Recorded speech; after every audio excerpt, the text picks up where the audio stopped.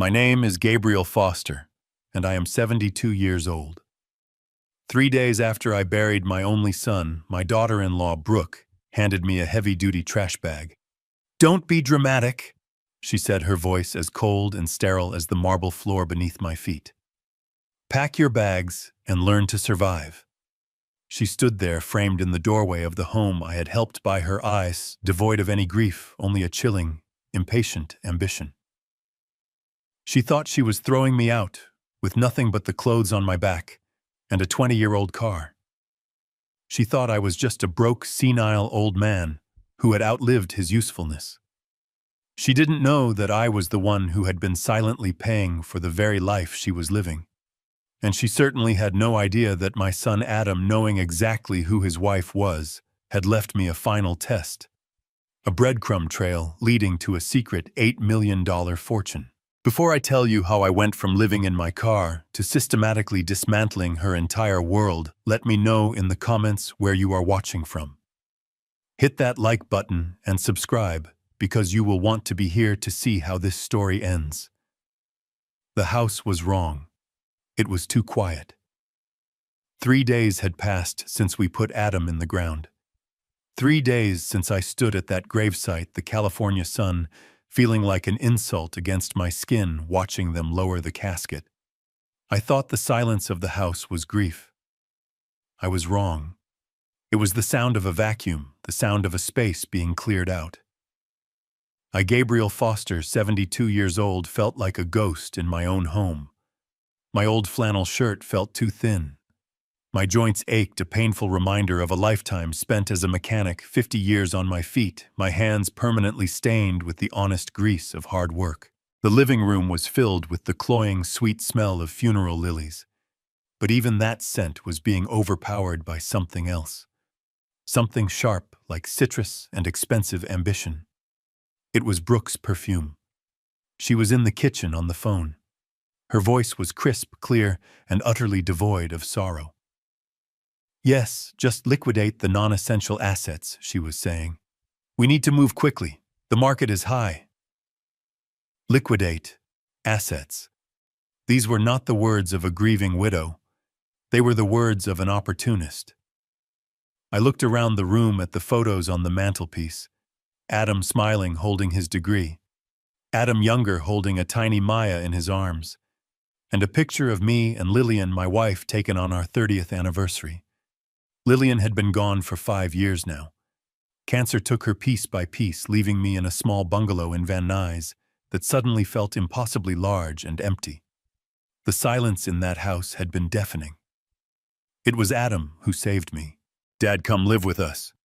He had insisted, his arm around my shoulder. "The new house is huge. You can help with Maya. We'll take care of each other." It seemed like a lifeline. It seemed like a perfectly reasonable arrangement. So I sold that bungalow, the only home I had ever known, with Lillian. I sold our 4 decades of memories and walked away with $200,000. Every penny I had in the world. I remembered sitting at this very kitchen table, the one Brooke was now pacing beside, and sliding the cashier's check across the smooth granite. "This will help with the mortgage, son," I'd said. Adam had tears in his eyes then. "Dad, you don't have to do this." "I want to," I insisted. "This is our home now, a family home." We never signed any papers. I never asked for my name to be on the deed. He was my son, my only son. I trusted him. I settled into the rhythm of their lives. I became Grandpa Gabe. I was the designated driver picking Maya up from soccer practice. I was the handyman fixing the garbage disposal when it rattled, replacing the washers in the leaky faucets, pruning the elaborate rosebushes Brooke insisted on planting, but never touched. I made myself useful. I tried to stay small, to not be a burden, to earn my keep in the house I had helped pay for. Brooke had watched me that day I gave Adam the check. She was standing in the doorway swirling a glass of red wine. Her smile never quite reached her eyes. Even then, I knew she saw the check, not the gesture. She saw a transaction, not a father's love. Now she clicked her phone shut. The silence in the kitchen was heavy, pressurized. She walked over to me. She wasn't wearing black. She was wearing a sleek black Lululemon outfit that probably cost more than my entire wardrobe. Gabe. She hadn't called me Dad since the first year.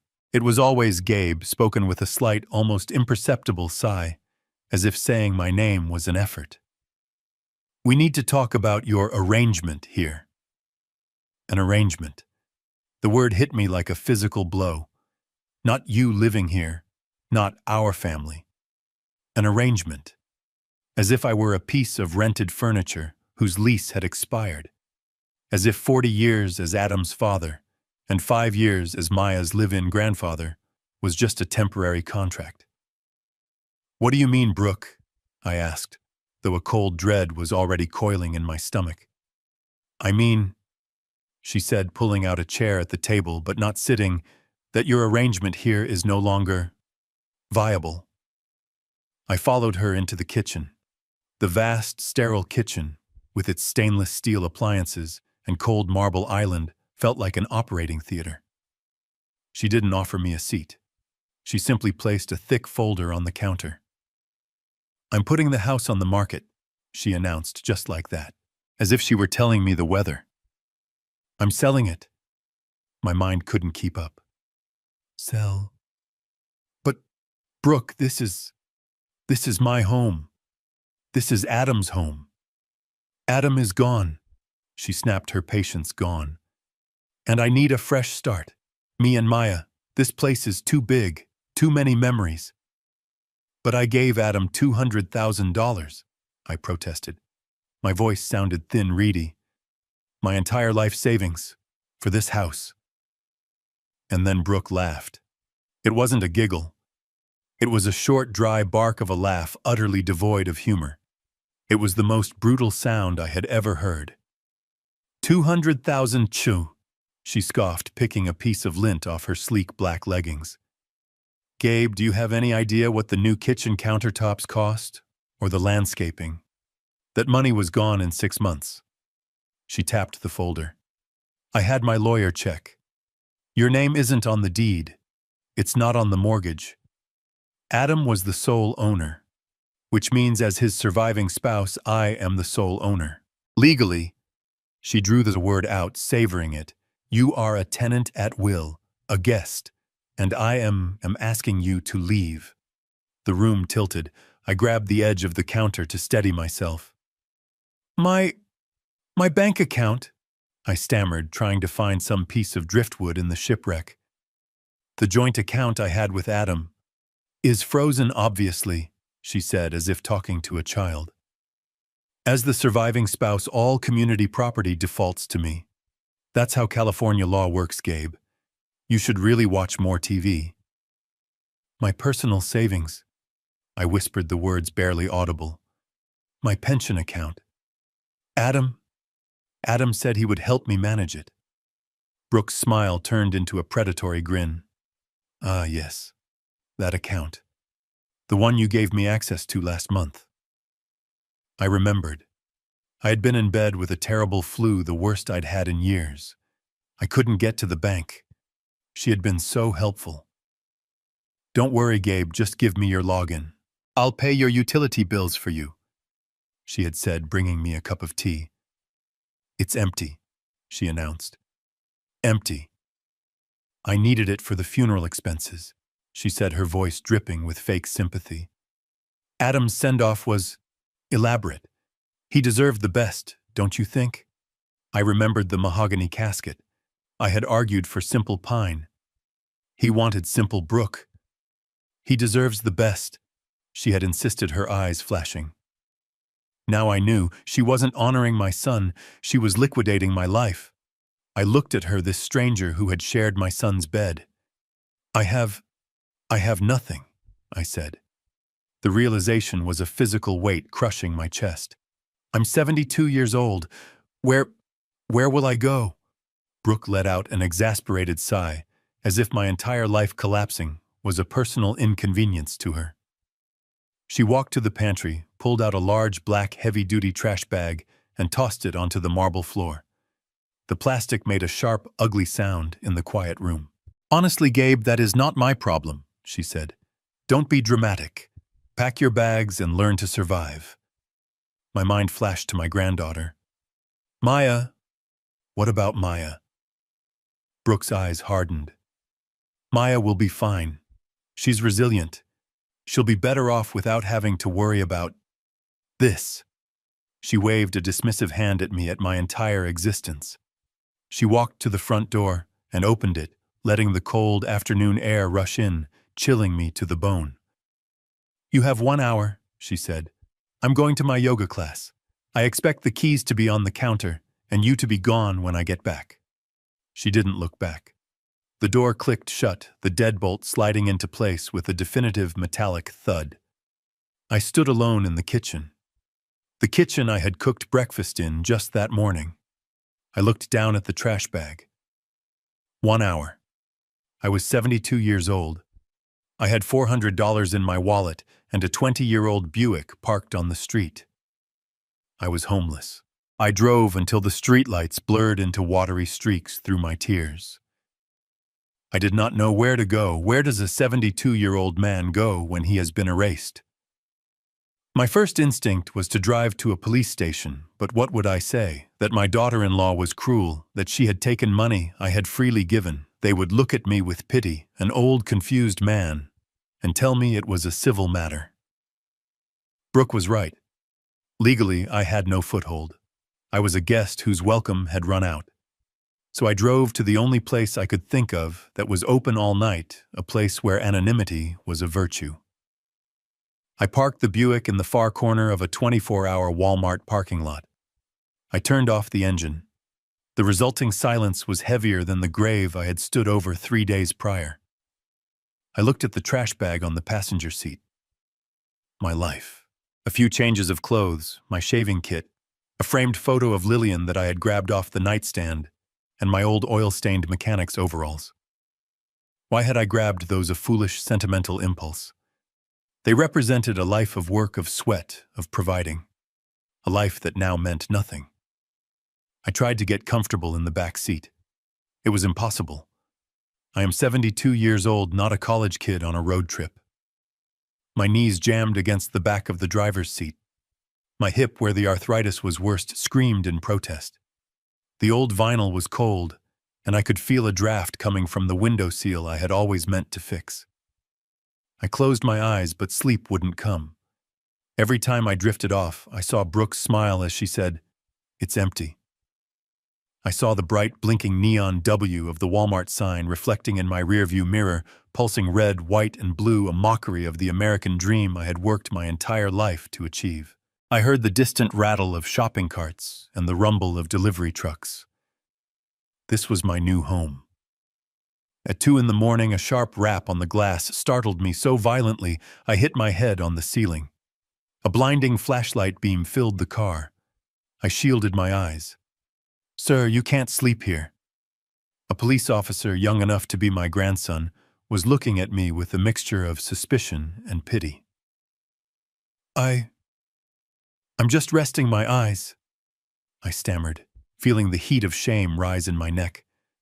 "This is private property, sir. You have to move on." "Move on where?" I wanted to scream, but I just nodded. "Yes, officer. Of course." I fumbled with the keys, my hands shaking. The old Buick's engine turned over with a groan as if it felt the same exhaustion I did. I pulled out of the parking lot, a 72-year-old fugitive with nowhere to go. I ended up at a highway rest stop 20 miles outside the city. It was darker here, populated only by the shifting shadows of long-haul truckers. It felt less safe, but it was anonymous. No one would bother me. I parked between 2 massive 18-wheelers, their engines idling with a low, threatening rumble. My stomach growled. I hadn't eaten since that morning. I looked at the $400 in my wallet. This had to last me. How long? Forever? I walked into the brightly lit vending machine pavilion. The smell of stale coffee and disinfectant hung in the air. I looked at the rows of brightly colored snacks. I had $400, yet I felt poor. I bought a small packet of saltine crackers and a bottle of water. $3.50. I sat on a cold, concrete bench under the fluorescent lights eating my pathetic dinner.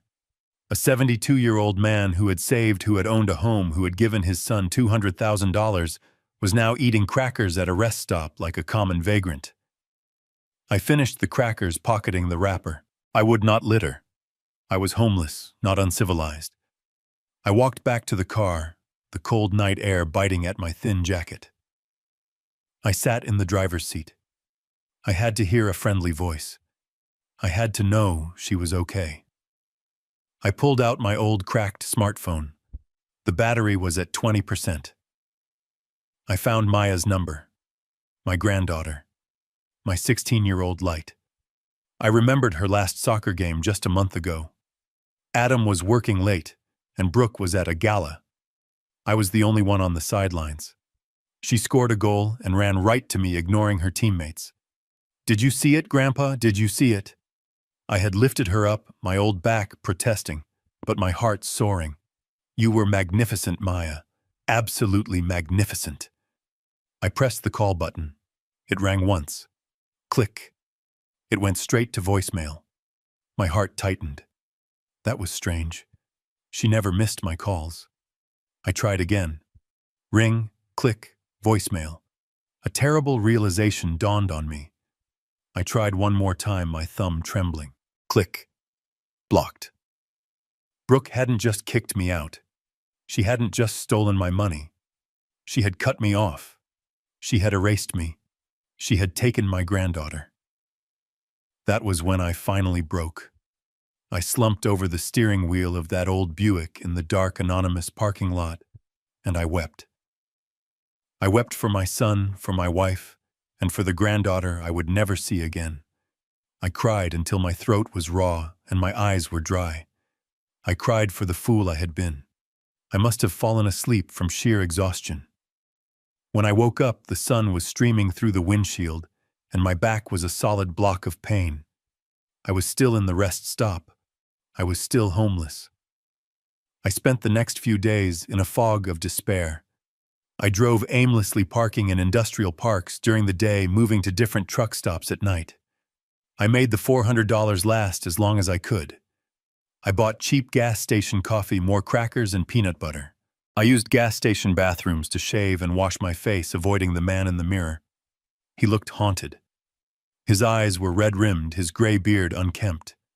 He looked like the men I used to give my spare change to. On the fourth day, I sat in the car, just staring at the steering wheel. This car. This 1999 Buick LeSabre. It was the only thing I had left. It wasn't just a car. It was a memory. I had bought it for $500 as a heap of rust and potential. Adam was 16. He wanted a car, but I told him he had to earn it. Not with money, but with sweat. "We're going to fix this, son," I had said, towing it into our old garage in Van Nuys. "And it will be yours." He had grumbled, of course. His friends were getting new cars for their birthdays. But I made him work. I taught him how to use a ratchet, how to gap a spark plug, how to change the oil. I remember the smell of grease and metal, the sound of old rock music on the radio. I remember the frustration on his face when the engine refused to turn over. "It's useless, Dad!" he shouted, throwing a wrench across the garage. I picked it up. "Nothing is useless if you're willing to work on it, Adam. Now let's check the timing belt." When it finally started 3 months later, the roar of that V6 engine was the sweetest sound I had ever heard. Adam's face. He was beaming. He had done it. He had built something.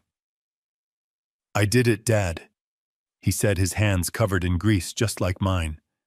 "No, son," I had said, putting my arm around his shoulder. "We did it." I ran my hand over the dashboard. I could still see the small hairline crack in the vinyl where Adam had dropped that same wrench. He had been horrified. "Mom's going to kill us," he'd whispered. I laughed. "Don't worry, son. It gives it character." I taught my son how to build, how to create, how to value hard work. And he had married a woman who only knew how to take, how to dismantle, how to destroy. The irony was so bitter it choked me. The days blurred. Night 9. Night 12. I lost count. The $400 dwindled. $50. 20. Then 5. I spent my last $5 on gas, just enough to get me off the main highway. 2 weeks after Brooke had thrown me out, I was stranded. I had parked on a dirt pull-off overlooking the Pacific Coast Highway. The view was beautiful. The ocean stretched out endless and gray. But I felt nothing. The gas light had been on for 20 miles. The engine, the same engine Adam and I had rebuilt, sputtered, coughed, and then died. Silence. I tried the ignition. Click, click, click. Nothing. It was over. The car was dead. My phone was at 3%. My wallet was empty. I was 72 years old, starving, weak, and stranded. My back felt like it was on fire. I leaned my head against the seat. Brooke had won. She had wanted me to learn to survive, and I had failed. I was going to die here in this car overlooking the ocean. I closed my eyes. I thought of Lillian. "I'm coming, sweetheart," I whispered. "I'm just so tired." As I drifted into a cold, exhausted haze, I felt a faint vibration in my pocket. My phone. I fumbled for it with numb fingers. The screen lit up, blinding me. 1% battery. An unknown number. It was probably a spam call, a final insult from the universe. I almost ignored it. My thumb hovered over the red decline button. But some last dying spark of defiance, the same spark that rebuilt this engine, made me press the green icon instead. I put the phone to my ear. "Hello." My voice was a dry, raw croak. A voice answered, crisp, professional, and full of life. "Mr. Foster. Mr. Gabriel Foster." "Yes," I whispered. "Thank God. My name is Harrison. I'm your son Adam's personal attorney. I've been trying to reach you for 2 weeks." My phone was dead. The screen was black, lifeless. I was disconnected from everything. But the voice was real. "Mr. Foster, are you there? This is Howard Harrison. I am your son Adam's personal attorney. I am tracking your phone's GPS. Do not move. A car is coming for you." "GPS how?" My mind, fogged with hunger and cold, couldn't process it. The voice on the other end seemed to anticipate my confusion. Adam was worried, Mr. Foster. He put a locator on your phone 6 months ago. He said, just in case. Shima, just in case. A black sedan is pulling up to your location right now. The driver's name is Arthur. Please get in the car. He will bring you to me." I looked up. Through the dirty windshield, headlights cut through the dawn mist. A clean, new sedan pulled up on the dirt patch. A man in a simple black suit got out. He didn't look like a threat. He looked like a professional. He opened the back door for me. My hands shook as I grabbed the door handle of the Buick. My old, loyal friend. I felt a pang of guilt leaving it there dead on the side of the road. "What about my car?" I croaked. "We will take care of it, sir," the driver Arthur said. His voice was deep and respectful. I slid into the back of the sedan. The leather was warm. The interior smelled faintly of polish. It was clean. I was suddenly intensely aware of my own condition. The sour smell of unwashed clothes, the grime under my fingernails, the 2 weeks of desperation clinging to me. I felt a wave of profound shame. Gabriel Foster, had become a bum. I sank into the seat, hoping the darkness would hide me. We drove in silence for 30 minutes. We didn't go downtown. We went to a simple 24-hour diner off the highway, the kind with vinyl booths and coffee that's been brewing for hours. It was anonymous. Safe. Arthur led me inside. In a booth in the far corner, a man sat waiting. He looked to be in his early 60s with a sharp gray suit that contrasted with the humble surroundings. He had kind, intelligent eyes behind wire-rimmed glasses, but there was a sharp no-nonsense set to his jaw. He stood up as I approached. He had already ordered 2 coffees. "Mr. Foster," he said, extending a hand. "Howard Harrison. Thank you for coming. Please sit." I slid into the booth, my old jacket scraping against the vinyl. I was hyper-aware of how I must look to this impeccable man. I don't... Harrison raised a hand, silencing my apology. "You don't need to explain your appearance to me, Mr. Foster.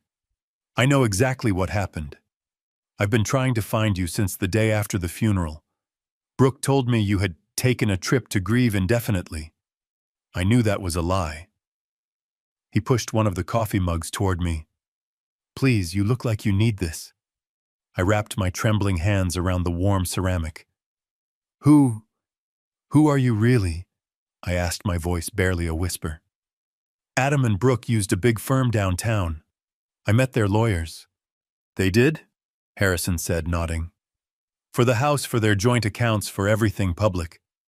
Adam hired me 6 months ago. Secretly. Off the books." This was the first shock. A secret lawyer. "Why?" Harrison took a sip of his coffee, his eyes never leaving mine. "Because Adam received a diagnosis 6 months ago." My heart, which I thought had run out of ways to break, fractured anew. "Diagnosis? What are you talking about? It was a car accident." The accident was his heart giving out while he was at the wheel, Gabe. He had a severe cardiomyopathy. The doctors gave him a year, maybe 2. He didn't want anyone to know. "He never told me," I whispered, the betrayal stinging. "He couldn't," Harrison said gently. "He especially couldn't tell Brooke. He knew what she was. He knew what she was capable of. He knew she was just waiting. He spent the last 6 months of his life not trying to save himself, but trying to protect you." The coffee cup trembled in my hands. "Protect me, he let her. She took everything. The $200,000 I gave him for this house. My pension account. She said it was all empty. She took what Adam let her see," Harrison said, his voice hardening. "She took the bait. Adam needed her to believe you were both financially dependent on her. He needed her to think that your savings were all there was. He needed her to get greedy and expose herself." I was lost. "I don't understand." "Gabe," Harrison leaned forward. "What did Adam do for a living?" "He was a programmer," I said. "A senior coder at some tech firm. He was good at it." Harrison shook his head. "That was his day job. That's what he told everyone. It was his cover." He paused, letting the weight of the next words settle. 10 years ago, Adam and his college roommate, a man you've never met, co-founded a data encryption startup. His roommate was the public face, the CEO. Adam was the silent partner, the lead architect, the brains behind the entire platform. He owned 40% of the company, and he owned it through a series of shell corporations so complex it took me a month to unravel them. I just stared at him. This was my son who wore old t-shirts and fixed his own car. I never knew. No one did, Harrison said. That was the entire point. 3 months ago, a major tech conglomerate made an offer to buy the company. The kind of offer that ends in 9 zeros. The deal was finalized and signed last week, 4 days after Adam passed away. Harrison leaned in even closer. His voice dropped to a near whisper, but it hit me like a thunderclap. Gabe, Adam's share of the sale, after taxes, was $8 million. The diner faded. The smell of old coffee disappeared. The only sound was a high-pitched ringing in my ears. $8 million. I looked down at my hands, cracked and dirty from sleeping in my car. I thought of the saltine crackers. I thought of the $5 left for gas. That's not possible, I managed to say. It can't be. It's currently sitting in an ironclad offshore trust, Harrison said, his voice firm. A trust that Brooke Foster cannot touch, cannot contest, and cannot even see. A trust that was set up for a single sole beneficiary. He looked me right in the eye. You, Gabriel. The shock was so profound I felt dizzy. I gripped the edge of the table to keep from sliding out of the booth. Me, from a homeless man to a millionaire in the span of a single sentence. I was rich. I just get the money. Harrison held up a single cautionary finger. Here is the problem, and it's a big one. Adam was brilliant, but his experience with Brooke made him paranoid. He knew she wouldn't just give up. He knew that the moment she found out about this money, she would fight. She would claim you were incompetent. She would say you were senile. She would sue to have herself declared the guardian of your estate. It was exactly what she had started to do, calling me dramatic, kicking me out. So, Harrison continued, Adam did something creative. He made the trust conditional. He needed a way to prove in a court of law beyond any shadow of a doubt that the intended beneficiary was you and that you were of sound mind. He needed a test that only his father could pass. A test? What are you talking about? This isn't a game.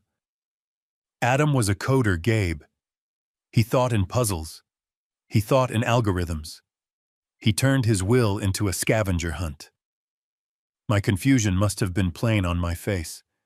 Harrison slid a thick sealed manila envelope across the table. The trust documents are explicit. The $8 million cannot be released by me, the executor, until the beneficiary presents 3 specific keys to prove his identity. Keys, 3 physical items, Harrison confirmed. 3 objects from his past, objects hidden in 3 locations. Locations that, according to Adam's letter to me, only you and he would ever know. He left clues. The first one is in this envelope. I stared at the envelope. It was no longer just a legal document. It was a lifeline. It was a challenge. It was the last conversation I would ever have with my son.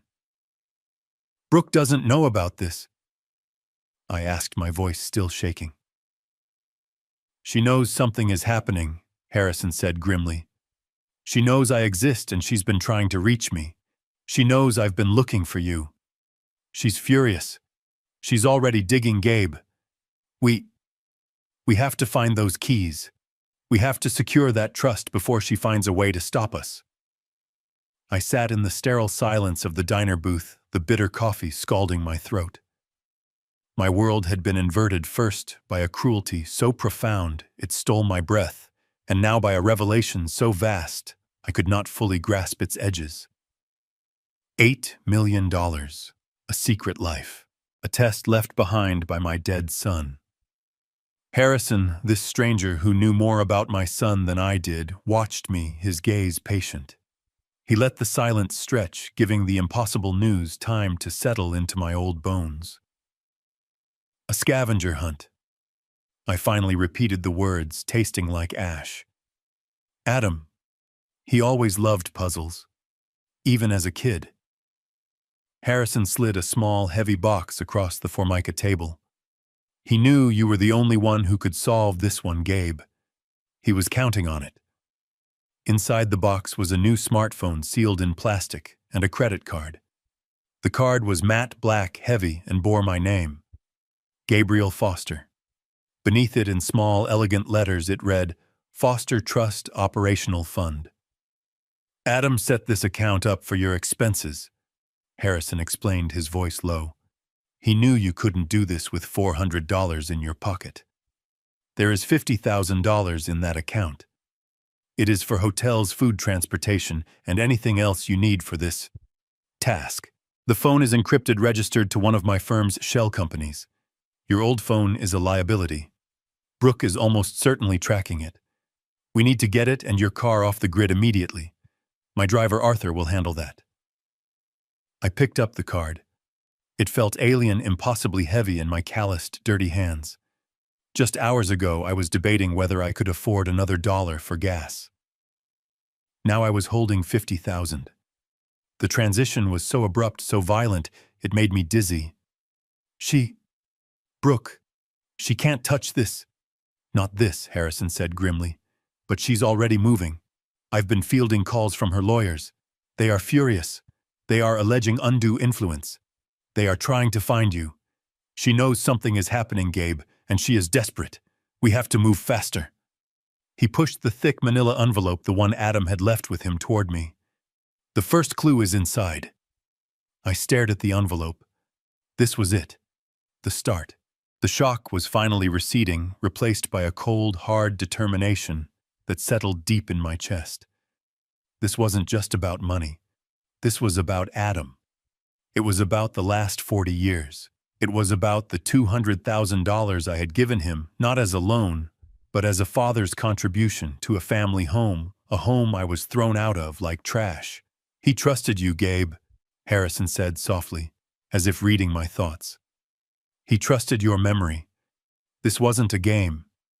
It was a firewall, built of shared moments. It was in his own complicated way his final testament of love, and his only way of protecting you from her. I tore open the envelope. There was no complex legal document. There was just a single high-quality index card. On it, in Adam's familiar, slightly messy cursive, was one sentence. Where we caught the giant and the Buick almost sank. My breath hitched. I didn't have to think. I didn't have to search my memory. The words hit me with the force of a physical blow, and suddenly I wasn't in a cheap diner. I was standing on a muddy bank, the sun beating down my arms, burning. Lake Castaic, the upper lagoon. Adam was 12 years old. It was the summer after my Lillian had her first major health scare. Her first battle with the cancer that would eventually take her. We were both on edge. Adam had been quiet, withdrawn, a boy shouldering a man's worries. I was desperate to see him smile, to break through the fear that had settled over our little house. We're going fishing, I had announced one Saturday morning, my voice artificially cheerful. Fishing is boring, he'd muttered, his eyes glued to the video game in his hands. Not today, it isn't, I said, grabbing his sneakers. Today we're going to catch the giant. The giant was a local legend, a monstrous catfish that supposedly lurked in the deep, murky water by the dam. It was the fish every local fisherman talked about, but no one had ever landed. A myth. We sat on that sun-baked bank all day. We caught nothing, not a single bite. The sun was dipping low, and Adam's frustration was palpable. This is stupid, Dad. He's not real. Let's just go home. Patience, son, I said, casting my line one last time. You can't force things. You just have to be ready when they happen. And then it happened. The line didn't just tug. It screamed as it tore out of the reel. The rod bent into a perfect, agonizing C. It nearly ripped my arms from their sockets. Adam, grab the net, I yelled. It took us 45 minutes. It was a primal, chaotic battle, me reeling until my arms felt like jelly. Adam bracing the rod against his small chest, his knuckles white, his feet slipping in the mud. He was straining against a force he couldn't see, but he did not let go. When we finally hauled it onto the bank, it was an ugly, magnificent, prehistoric beast. A catfish almost as big as he was. 90 pounds easily. It lay there gasping, its whiskers twitching. The giant. We were screaming, laughing, hugging each other, covered in mud and fish slime. We were victorious. We were kings. In our triumph, we didn't notice the danger. I had parked the Buick, our old, heavy, beautiful Buick, too close to the water's edge. The ground, soaked from our frantic struggle with the fish, had turned to a thick, greedy muck. I saw it first. The car was sliding. It wasn't fast. It was a slow, sickening tilt. The rear wheels were sinking into the mud. Adam, the car, I yelled. We ran. We tried to push our hands slipping on the smooth metal, but the Buick was heavy. It was tilting, the back end slipping deeper. Panic, cold and sharp, seized me. We were miles from the main road. No cell phones. If that car went in, we were stranded. "Dad! It's going under!" Adam screamed, his voice cracking with terror. I looked at the giant gasping on the bank. I looked at the sinking car. I made a choice. "Get in, Adam!" I roared, pulling open the driver's door. "Get in the driver's seat. Now. What, I can't drive? I'm only 12. You can today start the engine. When I tell you, you put it in first gear and you floor it. You give it everything you have. Do not stop. Do you understand me?" His eyes were wide with fear, but he scrambled in. The engine turned over with a reassuring rumble. I went to the back of the car. I sank into the mud up to my shins. I put my shoulder against the trunk, found my footing, and roared. "Now, Adam, now!" The engine screamed. The tires spun, sending thick arcs of black mud flying, coating me, blinding me. The car lurched. I pushed with every ounce of strength I had, my back muscles tearing my face, a mask of primal effort. For one terrible second, it held, and then it caught. The tires found traction.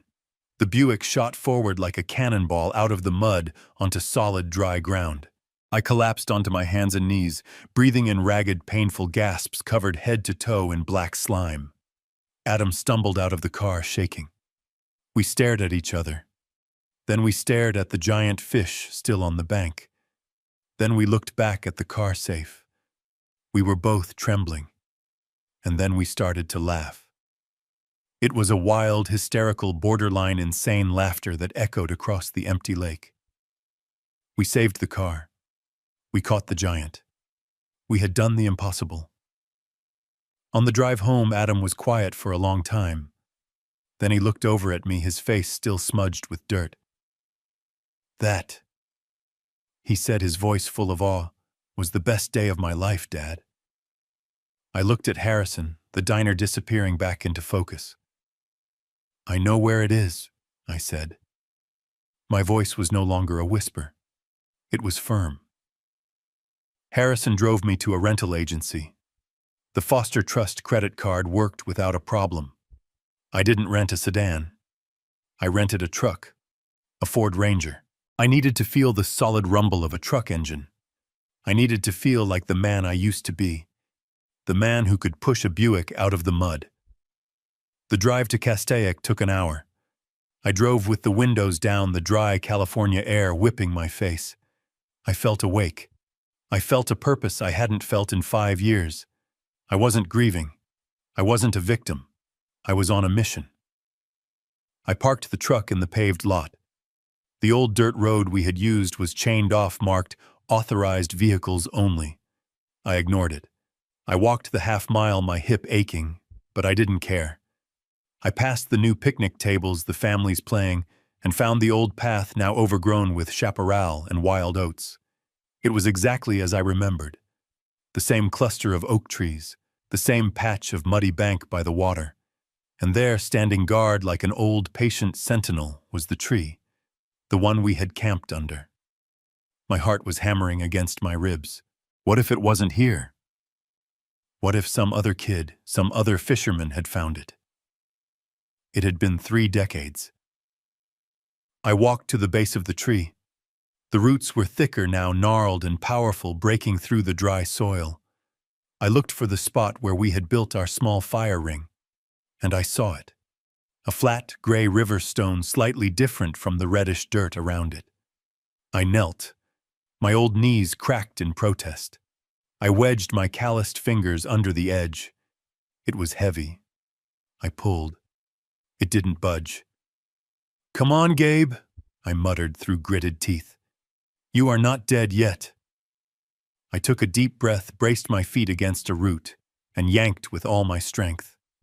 The rock scraped against the dirt and tilted, revealing a small dark hollow beneath it. I looked closer at the rock. My eyes weren't what they used to be, but I could make it out. Scratched into the underside, shallowly but unmistakably. O plus G. Adam had come back here. My son. He had come back to this exact spot, to this tree, to leave this for me. A wave of love and grief so powerful it almost knocked me over, washed through me. My hands were shaking. I reached into the dark, damp hollow. My fingers brushed against something cold. Metal. I pulled it out. It was a small, waterproof tin, the kind you buy at a surplus store for matches. I wiped the caked-on mud off it. It wasn't locked. I pried the lid open with my fingernail. Inside, nestled on a bed of old cotton, was a small silver object. It was a USB flash drive. It was shaped like a fish. I laughed. I actually laughed out loud, a short, sharp bark of a laugh that startled a heron on the water's edge. Of course. A fish. The giant. My brilliant, sentimental son. I held it in my palm. It felt heavier than $8 million. It felt like a memory. It was the first key. I drove back to the Marriott hotel Harrison had booked for me. Not a high-end luxury palace, just a clean, anonymous, safe place. I locked the deadbolt. I sat at the small desk and pulled out the new encrypted laptop Harrison had provided. My mechanic's hands felt clumsy on the sleek, thin keys. I inserted the fish-shaped drive. A single icon appeared on the screen. It wasn't a file structure. It wasn't a document. It was a simple, stark audio player icon. It was labeled, "Play Me Dad." I stared at it. I wasn't ready. I wasn't ready to hear his voice again. I wasn't ready for the fresh wave of grief. But this wasn't about grief. This was about justice. I put on the headphones Harrison had supplied. I took a deep, shuddering breath. I clicked the icon, and my son's voice filled my head, clear, present, and terrified. "Dad, if you're hearing this, it means I'm gone, and it means she already kicked you out. God, Dad, I'm so sorry." I choked back a sob, my hand flying to my mouth. His voice. Oh God, his voice. "I didn't have much time." Adam's recorded voice continued, hurried, strained. "She's smart, Dad. She's watching my every move. She monitors my accounts. But I'm smarter. I have to be. I set up this trust for you. But you have to hurry. She's going to fight. When she finds out, she will try to prove you're incompetent. She's already been planting those seeds for years, telling me you're the one who's forgetful, that you're the one who needs help. This drive is the first key. It proves you know our past. But there are two more. You need all three, Dad. You need them before she can lock you out for good." I listened, my heart pounding, hanging on every word. "The second key," his voice whispered, "is at the place where the rocket failed. But we succeeded." The rocket. The garage. Of course. "Hurry, Dad!" His voice pleaded, and then it dropped, becoming filled with a new dark urgency. There's more. There's something else you need to know. Something I should have told you 20 years ago. Something about Brooke. And about why Lillian really... Click. The audio file ended. I tore the headphones from my ears. What about Lillian? What didn't I know? What did Brooke have to do with my wife? This was no longer a scavenger hunt for money. This was a race to uncover a secret far darker than I could ever have imagined. The audio file was gone. I clicked the icon again, but the file had self-deleted. Adam had been thorough. No loose ends. But the final words echoed in the sterile silence of the hotel room, a chilling, impossible coda. Something about Brooke, and about why Lillian really... What about Lillian? My wife's death had been slow, agonizing. It was the cancer. It had been the cancer. Hadn't it? My mind, already reeling from the shock of the last 2 weeks, refused to form the question. I tried to remember the timeline. Lillian had been sick for so long. Brooke had come into Adam's life near the end during that last terrible year. She had been helpful, hadn't she? She brought soup. She sat with Lillian while I ran to the pharmacy. Or had she? I forced the thought down. It was too monstrous. It was grief playing tricks on my mind. I fumbled with the laptop, my eyes scanning the screen. Another icon had appeared. A new audio file labeled key2.wafa. My hand was shaking so badly it took 3 tries to click it. Adam's voice filled the headphones again. It was different this time. Not sad. It was rushed, strained, a desperate whisper. Dad, I'm so sorry. I can't explain everything. I don't have time. She watches me. She tracks my calls. But you know. You always knew how to fix things. His words were urgent. Listen to me. You have to hurry. She'll find out about Harrison. She'll try to stop you. The second key is hidden. It's at the place where the rocket failed. But we succeeded. The audio ended. Silence again. But this time the silence was filled with a new racing energy. The rocket. I didn't have to think. I didn't have to search my memory. The image flashed into my mind, as clear as if it were yesterday, pushing aside the darkness of the last few weeks. It wasn't the triumphant memory of the giant fish. It was the chaotic, dusty, glorious memory of failure. Our old garage in Van Nuys. The house I had sold for Lillian's medical bills before I moved in with Adam. Adam was 14. He had just discovered model rocketry. He was obsessed. He was convinced with the absolute certainty of a 14-year-old boy that he could build one that would touch the clouds. The truth was, Adam was not a natural mechanic. Not like me. His hands were long and slender, made for keyboards and piano keys, not for wrenches and soldering irons. But he wanted to try. He wanted to build something with his hands. He wanted, I knew even then, to be like his dad. He had spent weeks on it in the garage, hunched over diagrams, gluing balsa wood fins. He called it the albatross. It's going to break the sound barrier, Dad, he'd said, his eyes shining with a passion I hadn't seen in him before. Let's just see if it clears the roof first, son, I'd replied, ruffling his hair. The day came. We took the albatross to the driveway. Lillian was at her sister's for the weekend. We had the whole place to ourselves. Adam set up the ignition. He counted down 3, 2, 1, lift off. He pressed the button. The albatross did not lift off. It did not soar. It shot sideways like a wounded duck straight into the open garage. It hit the drywall with a pathetic thud, and then the fuel pack, which he had clearly overloaded, exploded. It wasn't a dangerous explosion. It was a thump. A satisfying, massive, instantaneous cloud of acrid black smoke filled the garage. We stared, frozen. When the smoke cleared, we saw the damage. There on the wall between 2 studs was a massive, blackened, bubbling crater in the drywall. Adam looked at me, his face pale with panic. Lillian, Mom is going to kill us, Dad. She's going to kill me. I looked at the smoking, melted plastic that was once the albatross. I looked at the blackened hole in the wall, and I started to laugh. No, she's not, I said, grabbing my old tool belt from the hook. Because she's never going to know. We're going to fix this. But how? It's a giant hole. It's a failure, Adam, I said, handing him a utility knife. But we are going to succeed at the cover-up. Pay attention. This is a life skill. I taught him everything. How to measure and cut the drywall square to get clean edges. How to screw the new piece onto the studs. How to feather the joint compound.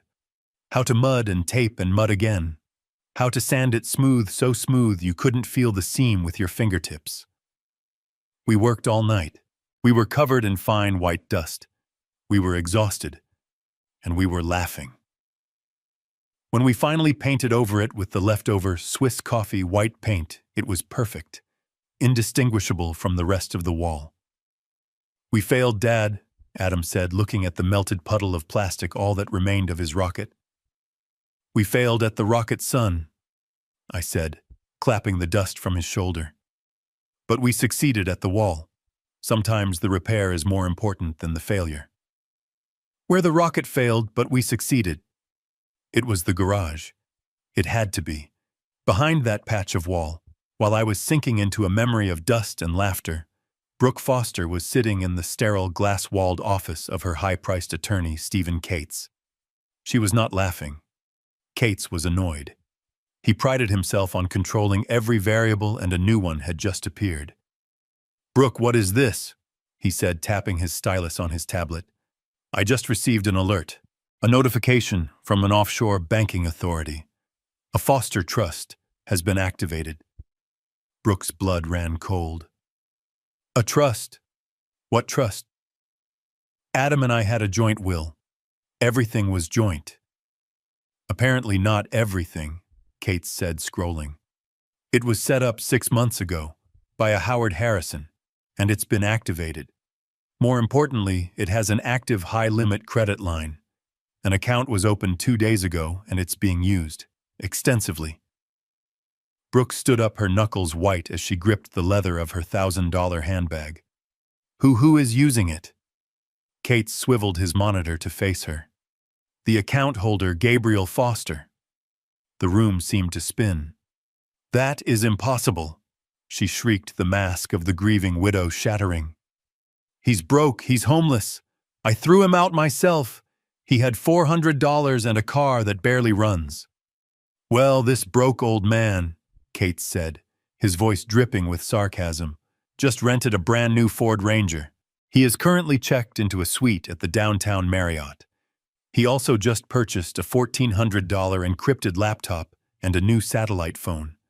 He's not broke, Brooke. He has money. Adam's money." "He's incompetent!" she screamed, the sound animalistic. "He's senile. Adam told me himself he was worried about his father's mind. He's being manipulated." Cates leaned back in his chair, tapping his fingers together. "If he's incompetent, we need to prove it.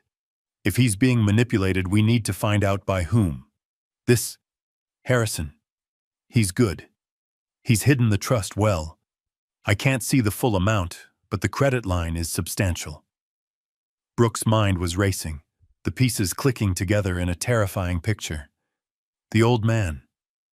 He had money. Adam. Adam had hidden money from her, he had betrayed her, and he had given it to him. The humiliation was suffocating. "Find him," she ordered Cates, her voice a low growl. "Find that old parasite, and find out where he is going." I called Harrison from the new truck. The rumble of the engine felt good, solid, real. "It's the old garage in Van Nuys," I said, my voice firm. "The house we lived in before Lillian, before we sold it." "I'll meet you there," Harrison said, his tone all business. "We need to be careful, Gabe. Brooke is already moving. She's aware a trust exists. She's trying to track your spending. She knows you have resources. This isn't just a search anymore. It's a race." We pulled up to the old house. My heart ached. It was painted a fashionable, sterile gray.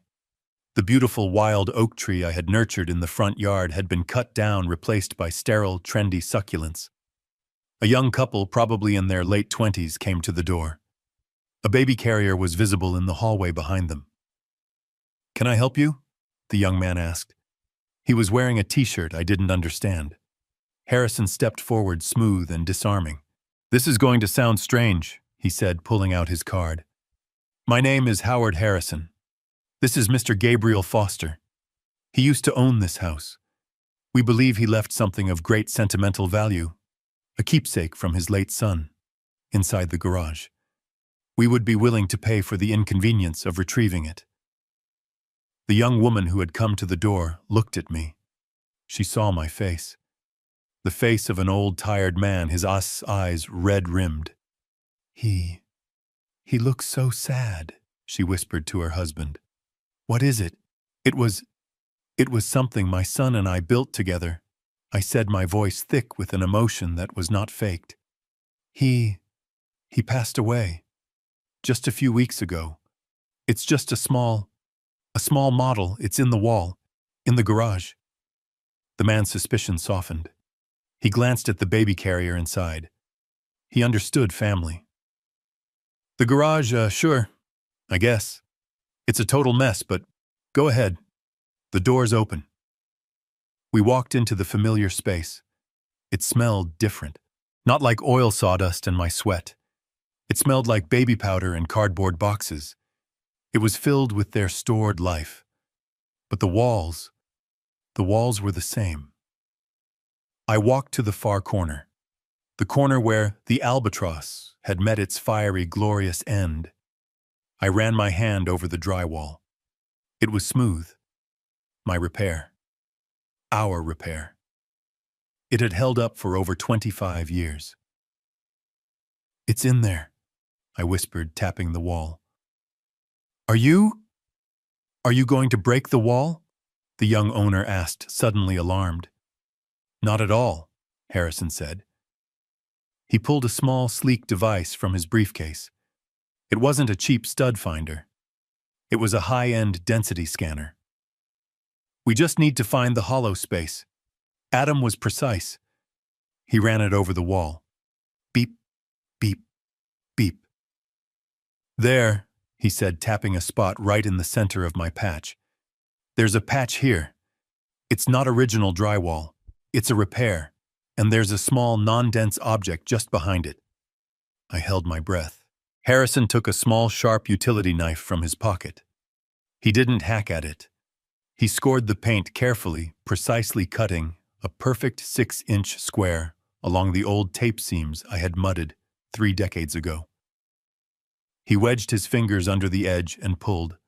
The square of drywall came away with a soft shush of dust. And there it was. Sitting in the dark, dusty hollow between the studs covered in cobwebs and insulation was a small plastic model rocket. The albatross. I reached in my fingers, trembling, and pulled it out. It was just as I remembered. Melted at the nose cone, one fin snapped off. A beautiful, perfect failure. Is that it? The owner asked, peering in. That's it, I said, my voice choked. Harrison, ever the professional, pointed to the bottom of the rocket. Gabe, look. Taped to the base where the engine should have been was a tiny, neatly folded piece of paper. The second key. I took it. As my fingers closed around it, my new phone vibrated in my pocket. A text message.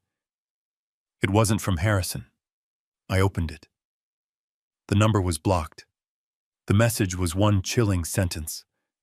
I know what you're doing, Grandpa. Mom is furious. She's going to destroy you. This is your last warning. It was from Maya.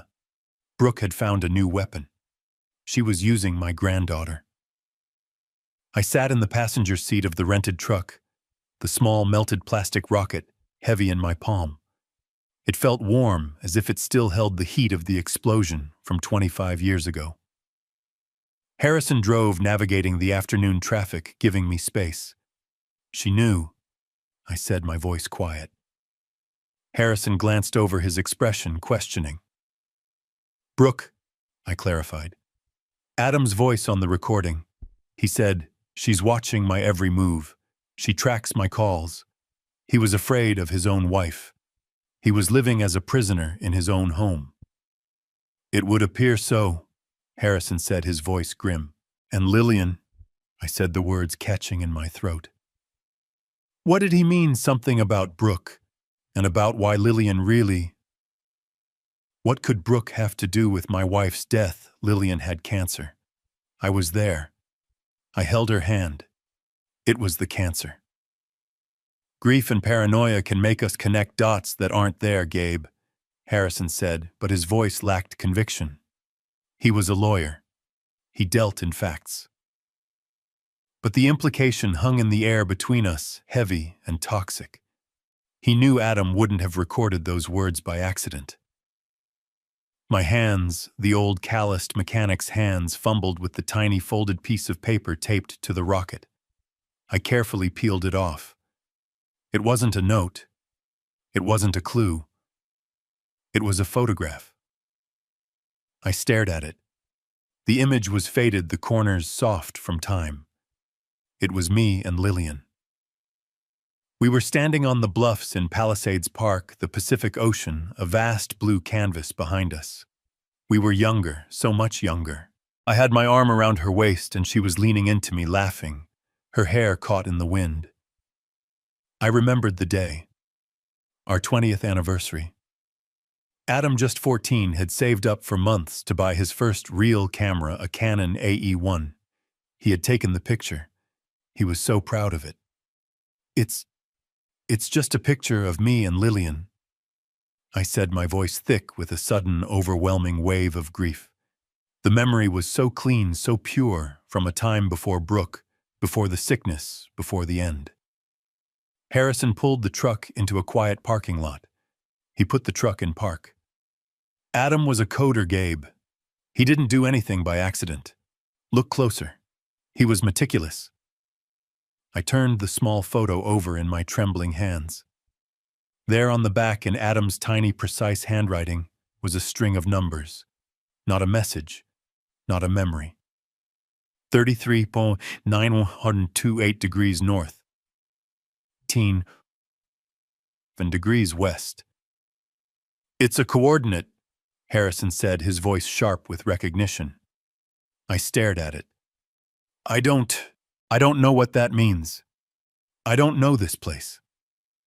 It's not a memory, Gabe, Harrison said, already typing the numbers into the navigation map on his new phone. It's a location, a specific physical address.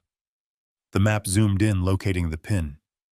It's a private bank vault, a high-security depository in Santa Monica. Not a regular bank, a place where people store valuables. So we just go, I asked, a new urgency rising in me. We go and get the last key. It's not that simple, Harrison said, his brow furrowed. This is just the location of the key. It's not the key itself. We'll need authorization. We'll need— My new phone rang. The screen lit up, blocked ID flashing in stark white letters. Harrison tensed. Don't answer that, Gabe. It's her. The phone continued its shrill, insistent ringing. Once, twice. It might be Maya, I said, my heart aching. I hadn't spoken to my granddaughter in 2 weeks. She might be scared. She might need me. Gabe, it's a trap, Harrison warned, his hand on my arm. I have to, I said. My thumb, smudged with the dust from the garage wall, pressed the green accept icon. Hello? For a moment there was only static, then a small, choked sound that tore my heart in two. Grandpa? It was Maya. My breath hitched. Maya. Oh, baby, are you okay? I've been so worried. I tried to call you. A sob. A full, heartbreaking, gut-wrenching sob. Grandpa, why are you doing this? Her words were an accusation, and they hit me harder than any of Brooke's insults. Doing what, sweetheart? I'm just— Mom told me everything, she cried, her voice thick with tears and an anger that wasn't hers. It was an anger that had been fed to her. She said, you're trying to steal all of Daddy's money. She said, you're trying to take the house from us. She said, you left us— Maya, no, I said desperately, the blood draining from my face. That's not true. Your mother— she kicked me out. You're a liar, Maya screamed, and the word shattered me. Mom said you would say that. She said you'd try to turn me against her, she said. You're sick, Grandpa, she said. You're confused and that you're with a bad man who's telling you lies and making you spend all the money. She was reciting a script, Brooke's script. My daughter-in-law was poisoning my granddaughter, turning my own blood against me. Sweetheart, please, I pleaded, my voice cracking. Listen to my voice. It's me. It's Grandpa. I would never hurt you. I love you more than anything. Then come home, she pleaded, her voice breaking. Just come home. Mom says if you come home and fire that lawyer, she can fix this. She says she can get you help. I realized with a sickening lurch what this was. This wasn't a desperate call from a child. This was a negotiation. Brooke was in the room with her, feeding her lines, using my love for this child as a weapon. Before I could find the words to fight this invisible poison, I heard a rustle, the sound of the phone being snatched away. Maya's small sobs were cut off, replaced by the sharp, cold, familiar voice of my daughter-in-law. "Well," Brooke said, her voice dripping with venomous satisfaction. "That was a pathetic performance. Did you enjoy it, Gabe?" My sorrow evaporated, replaced by a rage so cold it burned. "You poisoned her against me. You're using my granddaughter as a pawn." "I'm protecting my daughter," Brooke snarled, "from a confused, senile old man who is being manipulated by a predatory lawyer. That's the narrative, Gabe, and it's a very good one. It's the one that's going to win." I looked at Harrison. He had heard every word on the speakerphone. He nodded slowly, signaling me to keep her talking. "What do you want, Brooke?" I asked, my voice low. "I want you to stop," she said. "I don't know what you think you found, or what Adam in his confused final days thought he hid from me. But it doesn't matter. You're not going to get it. Because I'm stopping this right now." "You can't stop anything," I said, trying to sound more confident than I felt. "Adam made his wishes clear." She laughed. That same horrifying, empty laugh I had heard in the kitchen right before she threw me out. His wishes are irrelevant. Do you know what is relevant, Gabe? The law. And in 48 hours, the law is going to be on my side. Completely." A cold dread, worse than the night I slept in the Buick, settled over me. "What are you talking about?" "I'm talking about a hearing, Gabe," she said, her voice full of triumph. "My lawyer, Mr. Cates, filed an emergency petition for conservatorship this morning. We have a court date. 48 hours from now. Friday afternoon, 2 p.m. The ticking clock. It wasn't a metaphor. It was a deadline. "You'll never win," I said, but the fear was in my voice. "I'm perfectly fine." "Are you?" she mocked. "My evidence says otherwise." "Let's review it, shall we? Exhibit A.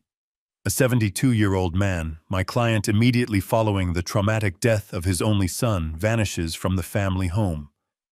Exhibit B.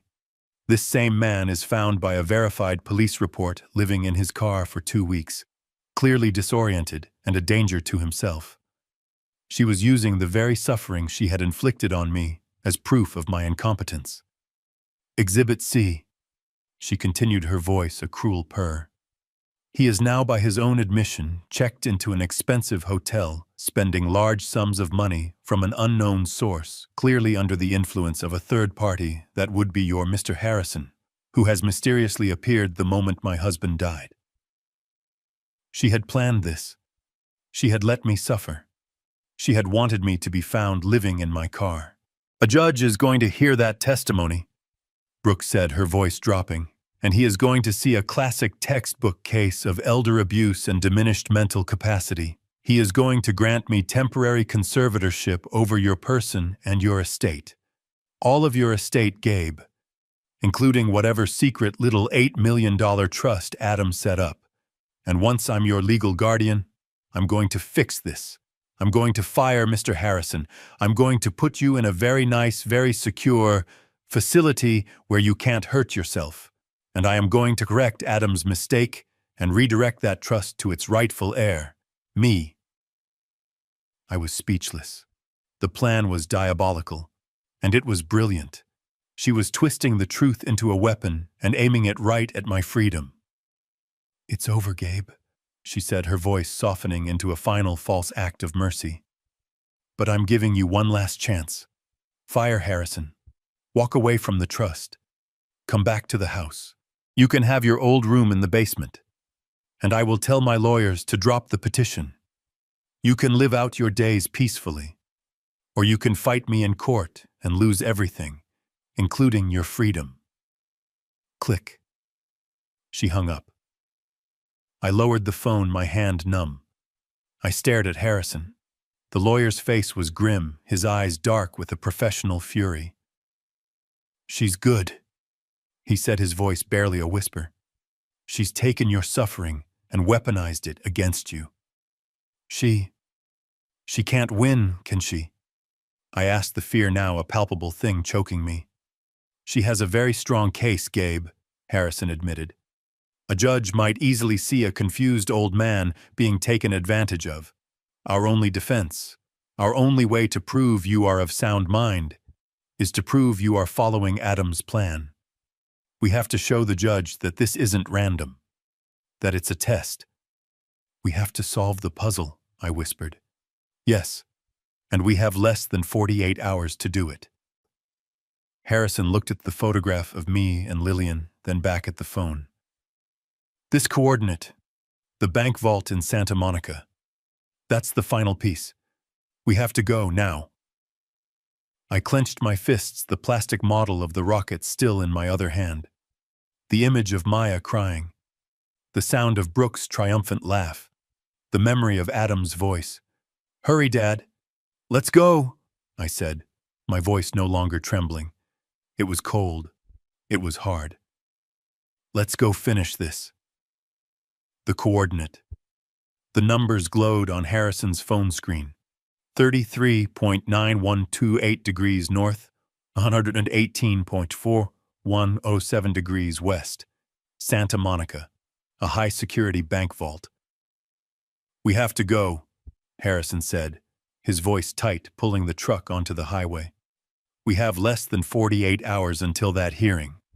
47 and a half to be precise. Brooke's lawyers are sharks, Gabe. They won't wait.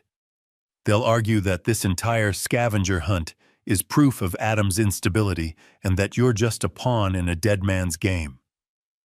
My head was spinning. The rocket felt heavy in my jacket pocket, a plastic talisman against the oncoming legal storm. So we go to this bank, this coordinate. We just walk in. No. Harrison set his knuckles white on the steering wheel. This is the location of the vault, Gabe, not the key. The rocket. The rocket had the location. The first key, the fish drive, had the clue for the rocket.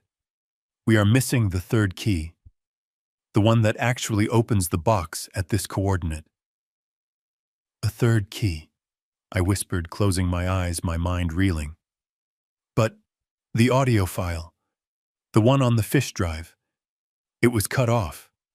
It just said, "Why, Lillian, really? Think, Gabe?" Harrison's voice was sharp, not unkind, but urgent. There must have been another phone. Something on the rocket. Something inside it. I pulled the small melted rocket from my pocket. I turned it over. The folded piece of paper with the GPS coordinate was gone. Harrison had that. But there was a rattle, something small, loose inside the hollow body tube. My fingers, thick and clumsy from years of turning wrenches, fumbled with the plastic. I couldn't get a grip. I can't open it. Harrison kept driving, his eyes scanning the road. Gabe, focus. Adam wouldn't make it impossible. I looked at the melted nose cone. The albatross. It had failed, but we had succeeded. I remembered my utility knife. I remembered cutting the drywall. I didn't have my knife. Here, Harrison said, sensing my frustration. He handed me a sleek multi-tool from his glove compartment.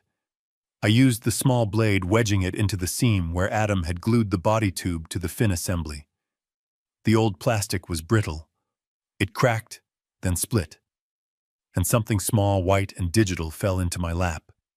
It was a tiny micro SD card. My God, Harrison breathed, glancing over. He hid it inside the rocket. I took the card. My new phone. Harrison had given it to me. It had a slot. I jammed the tiny card in my hands, shaking violently. A notification popped up. New media found. I clicked it. One file. Key 3, MP3.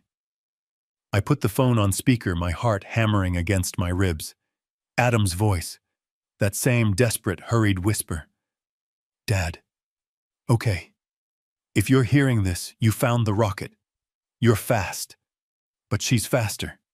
She's not just greedy, Dad. She's empty. And she'll do anything to fill that void. She's been building this case against you for months, telling me I needed to manage you, that you were forgetting things. She was setting the stage. You have to win, Dad. You have to. His voice cracked a raw sound of pain that shattered me. I'm running out of time. The coordinates on the rocket, that's the bank. That's where the final evidence is. But you need the key. The physical key. It's safe. It's at the place, the one I know you'll never forget. The one you promised her. A pause. A shaky breath. The final key is where you made the promise to Mother Lillian. The audio file ended. A promise, Harrison said, accelerating onto the Santa Monica freeway. What promise, think Gabe? What did you promise Lillian? Something about money, something about Adam. My mind was blank, a fog of grief and panic. I promised her a lot of things. I promised I'd take care of Adam. I promised I'd be okay. I don't know. Gabe, we have 47 hours. Harrison said, his voice a low growl. We're driving to the bank in Santa Monica. But if we show up without a key, we're done. Brooke wins. Think. A promise to Lillian. I squeezed my eyes shut, trying to push past the image of Brooke's face, of Maya's tears. I tried to go back. Back past the sickness, past the pain. Back to when Lillian was just Lillian. We were driving west. The sun was getting low, a brilliant, blinding orange disk in the smoggy sky. And then I smelled it. Through the recycled air of the truck's cabin, salt. The sharp, clean, unmistakable smell of the Pacific Ocean. I opened my eyes. We were cresting the hill on the 10 freeway. The ocean was there, laid out before us, a vast, glittering sheet of blue and gold. And the memory hit me. It didn't drift in. It hit me like a physical blow. Lillian. She wasn't in the hospital. She was at home in the rented hospital bed in our living room. It was near the end. She was frail, a wisp, her skin like parchment. The cancer had taken everything from her. Everything but her spirit. I don't want to be in the dark, Gabe, she had whispered one afternoon, her voice a dry rustle of leaves. You won't be, sweetheart, I'd said, holding her thin, cool hand. No, I mean, after, she insisted, her eyes still so bright, finding mine. Don't put me in a box. In the ground. I'm claustrophobic, you know. I tried to laugh, but it came out as a sob. You're not. I am, she said, a faint smile playing on her lips. Don't argue with a dying woman. I want to see the water. I want the sun. Cremate me, Gabe, and scatter me in the ocean. Anything, Lillian, I whispered, my tears falling onto her hand. Anything. And one more thing, she said, her grip tightening on my fingers with a surprising strength. A place. For us. I don't want to just be gone.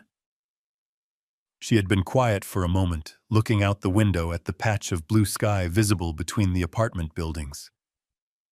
That bench, she whispered, in Palisades Park, the one that overlooks the water, where Adam took that picture. Our anniversary. I knew the one.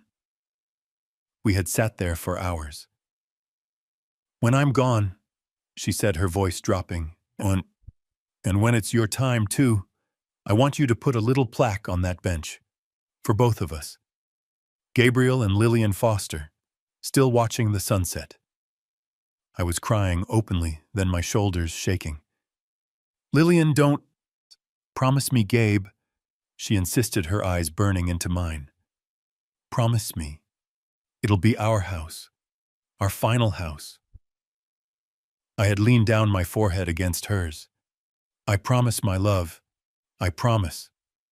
It's not the bank, I said, my voice hoarse. Harrison glanced at me, his eyes wide. What, Gabe, the coordinate? The coordinate is the vault, I said, my mind suddenly crystal clear. The key. The key is at the park. Palisades Park. On that bench. Adam, he must have known. He must have heard us. He knew about the promise. Harrison didn't question me. He saw the certainty on my face. He yanked the steering wheel, cutting across 2 lanes of traffic to take the 4th Street exit. The truck's horn blared. Gabe, if you're wrong. I'm not wrong, I said. He said where you promised her. It's the only promise like it I ever made. He floored it. We sped through the quiet, expensive streets of Santa Monica, the sunlight filtering through the giant ficus trees. My heart was a drum. Hurry. Hurry. 47 hours. We screeched to a halt in the parking lot by the bluffs. I was out of the truck before it even stopped, my old hip screaming in protest. I didn't care. I ran. I wasn't a 72-year-old man. I was a husband running to his wife. I was a father running to his son. The park was empty, bathed in the golden light of the late afternoon. There were a dozen benches along the cliff edge, all facing the ocean. Which one, Gabe? Harrison yelled, running behind me. I didn't stop. I knew. It was the one at the very end of the path under the twisted wind-blown cypress tree, the one with the perfect view. I reached it, my breath tearing from my lungs. I was gasping, dizzy. I put my hands on the weathered wood, the same wood Lillian and I had sat on. Gabe and Lillian, still watching the sunset. The plaque wasn't there. Of course it wasn't. I wasn't gone yet. Gabe, there's nothing here, Harrison said, his voice laced with sudden doubt. It's here, I insisted. I dropped to my knees, my old joints cracking on the concrete. I didn't care about the pain. I plunged my hands under the bench into the darkness, into the cobwebs, the dirt, the old hardened gum. My fingers scraped against the rough underside of the wooden slats. Nothing. Just splinters and dirt. Gabe, Harrison said gently, putting a hand on my shoulder. No, I yelled. I was frantic. It has to be here, he said. Adam wouldn't. My fingers brushed something. Something cold. Not wood. Metal. It was small, wedged deep in the joint where the leg met the seat. It was a magnetic lockbox. The kind you hide a spare key in, stuck to the undercarriage of a car. My fingers were too thick, too shaky. I can't get it. Harrison was on his knees beside me in an instant, his expensive suit jacket scraping the ground. He wedged his multi-tool into the crack and pried. The box popped loose and fell into my waiting palm. It was small, black, and covered in salt spray and grime. I opened it.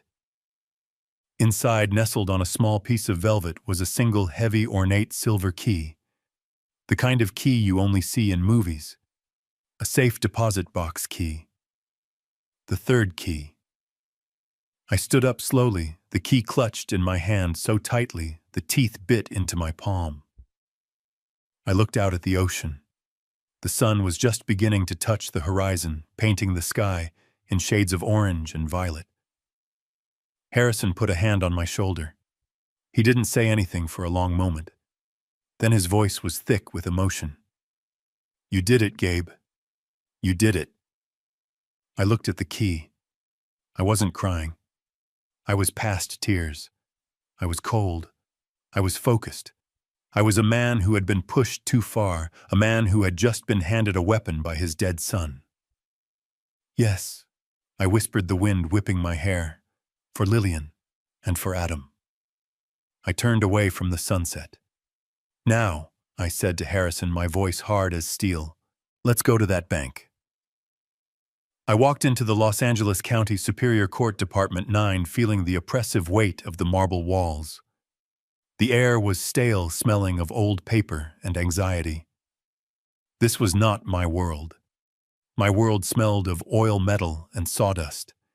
My world was built on things you could hold, things you could fix. This was built on words, on illusions. And Brooke was the master of illusions. I saw her sitting at the plaintiff's table. She was dressed in a modest, expensive-looking black dress. Her hair was pulled back. She wore minimal makeup. She looked every inch the grieving widow, the concerned daughter-in-law forced into a painful duty. Her lawyer, Cates, sat beside her, a shark in a $2,000 suit, his briefcase open, his documents perfectly arranged. I sat down next to Harrison. I wore the only other suit I owned, the one I had bought for Adam's wedding. It was tight in the shoulders. In my pocket, my fingers found the 3 keys, the fish-shaped USB, the small melted rocket, the heavy silver key from the bench. I gripped the rocket. It was my anchor. I saw Maya in the public gallery sitting in the front row. Her eyes were red. When she saw me, she flinched as if looking at a monster, then quickly looked away, burying her face in her hands. Brooke had done her work well. The bailiff called the court to order. The judge, a severe-looking woman with graying hair and an expression that tolerated no nonsense, entered. "In the matter of the conservatorship of Gabriel Foster," she announced, her voice flat. "Mr. Cates, you may begin." Cates stood up. He was smooth. His voice was a rich, empathetic baritone designed to inspire trust. "Thank you, Your Honor. We are here today for a deeply tragic reason. We are here to protect a man, a father, who is no longer capable of protecting himself." He gestured toward me. Every eye in the room turned. I felt the heat of their pity and judgment. "Gabriel Foster is 72 years old," Cates continued, his voice dripping with false sympathy. "Just over 2 weeks ago, he suffered the most profound trauma imaginable, the sudden tragic death of his only son, Adam Foster. My client, Mrs. Brooke Foster, Adam's grieving widow, naturally turned to her father-in-law for support. Instead, she found a man unmoored by grief, confused, and dangerously detached from reality. He walked toward the judge, his pacing perfect. "Your Honor, in the days following his son's funeral, Mr. Foster vanished. He left the family home without a word. He became homeless." He let that word hang in the air. "We have here," he said, lifting a document, "a police report from the Walmart in Santa Clarita. 2 a.m. An officer found Mr. Foster sleeping in his 20-year-old car, disoriented, unable to state his intentions. He was found, quote, in a state of profound personal neglect." I closed my eyes. The shame of that night washed over me again. The flashlight in my eyes. The officer's pity. Brooke had weaponized my deepest humiliation. And then, Cates said, his voice dropping, something new happened. Mr. Foster, this man who was homeless and destitute, suddenly began spending large amounts of money.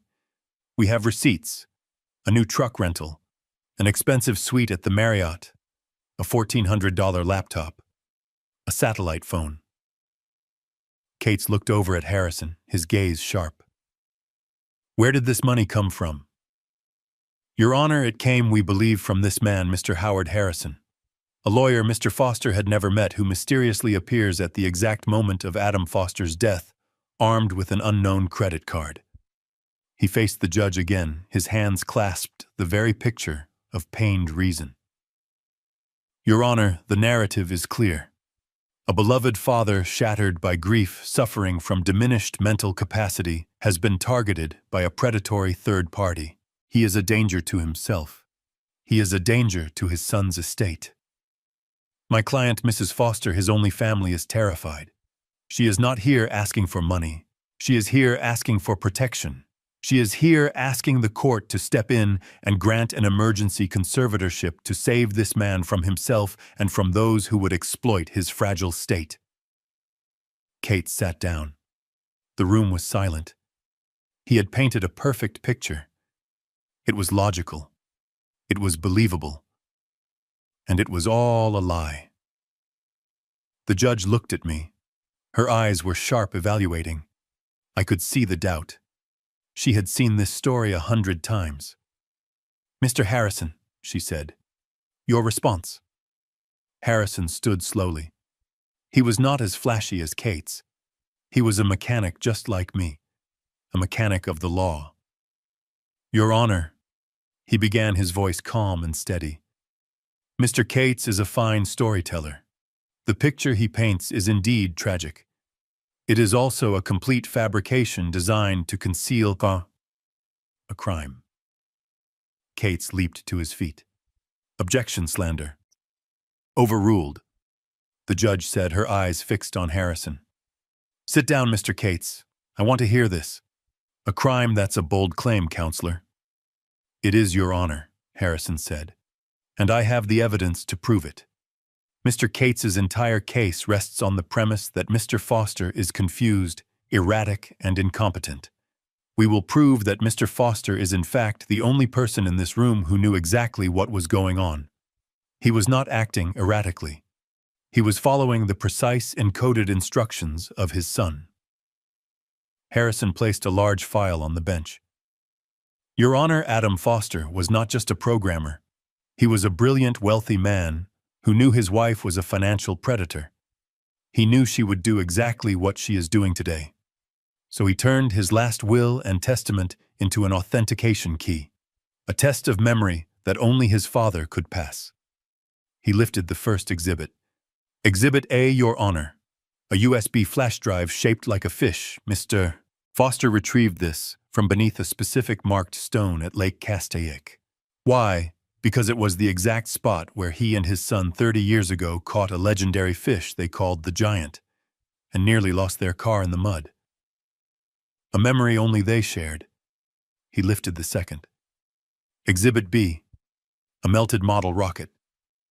Mr. Foster retrieved this from inside a garage wall in Van Nuys from a patch of drywall he and his son repaired together after the rocket, nicknamed the Albatross, failed on launch. A failure, Your Honor, that Adam called the day we succeeded. He lifted the third. Exhibit C, a physical safe deposit key. Mr. Foster retrieved this from a magnetic lockbox hidden beneath a specific unmarked park bench in Palisades Park. Why? Because it was the bench where he promised his dying wife, Lillian, that he would one day place a plaque for them both overlooking the ocean. Harrison looked at the judge. Your Honor, these are not the actions of a confused man. These are the precise actions of a loving father unlocking his son's final message. Brooke was no longer looking pious. She was pale. She was gripping the table. A test for what? Harrison continued. For this. He placed the second file on the bench. The documents for the Foster Family Trust. An $8 million estate, Your Honor. Established 6 months ago by Adam Foster. The sole beneficiary, his father, Gabriel Foster. The condition for release, the presentation of these 3 keys. The courtroom erupted in gasps. I saw Maya's head snap up, her eyes wide, staring at me. Brooke looked like she had been punched. $8 million, she never knew the amount. Objection. Cates was on his feet, his voice no longer smooth. This is absurd. This proves nothing except that the son was also unstable. This is the rambling of a sick man. It doesn't change the fact that my client is concerned for Mr. Foster's welfare. Her welfare. Harrison's voice dropped, and the temperature in the room went with it. Let's talk about Mrs. Foster's concern. He produced a third set of documents. Your Honor, Mr. Cates is correct that his client is concerned. She has been concerned with Mr. Foster's finances for some time. So concerned, in fact, that she took action. He placed the bank statements in front of the judge. These are the statements for Mr. Foster's personal pension account. The one he gave Mrs. Foster access to during an illness, trusting her to pay his bills. And here, 3 days before her husband's funeral, we see a single wire transfer. A transfer for the entire balance of the account. $203,042. Transferred directly into Mrs. Brooke Foster's private offshore account. The judge's head snapped up. She stared at Brooke with an ice-cold fury. That was for funeral expenses, Brooke stammered, her voice high-pitched. Was it? Harrison countered. Because the funeral home was paid for by the Foster Trust Operational Fund. No, Mrs. Foster. This was theft. This, Your Honor, is why Mr. Foster was found living in his car. He wasn't disoriented. He was robbed by the very woman sitting here today, claiming she wants to protect him. Brooke was shaking her head, whispering, "No, no, no. She didn't come here to protect a father," Harrison thundered. "She came here because she realized there was more money to steal, and she was furious that she couldn't get her hands on it." "This is slander. It's his word against hers," Cates shouted, his professionalism gone. "He's lying." "Am I?" Harrison said, turning back to the judge. "Your Honor, I have one final piece of evidence. The defense rests on the testimony of the man who started this, Adam Foster himself." He cued the audio file from the fish-shaped USB drive. He placed the microphone against the speaker. The courtroom was so quiet I could hear my own heart beating. And then, Adam's voice. My son's voice filling the room clear and strong from beyond the grave. "Judge, Your Honor, if you are hearing this, it means I am gone. And it means my wife Brooke is trying to steal my father's inheritance. She has been emotionally and financially abusive for 10 years. She controlled me. She bled me dry. Do not believe a word she says. My father, Gabriel Foster, is the only person I have ever trusted in this world. This entire estate belongs to him. It is his and his alone. Please, protect him from my wife." The audio ended. The silence that followed was absolute. It was the silence of a tomb. Brooke Foster let out a small strangled animal sound. The judge stared at her. Her face was no longer severe. It was a mask of cold, judicial rage. She looked at Cates, who had sunk into his chair defeated. She looked at Harrison, who simply nodded once. Finally, she looked at me. I met her gaze. I was not a victim. I was a father. She lifted her gavel. Bam! The sound echoed like a gunshot. The petition for conservatorship is denied with extreme prejudice. This court finds that Mr. Foster is of sound mind and body. She turned her gaze on Brooke, who was now weeping not in grief but in pure, unadulterated terror.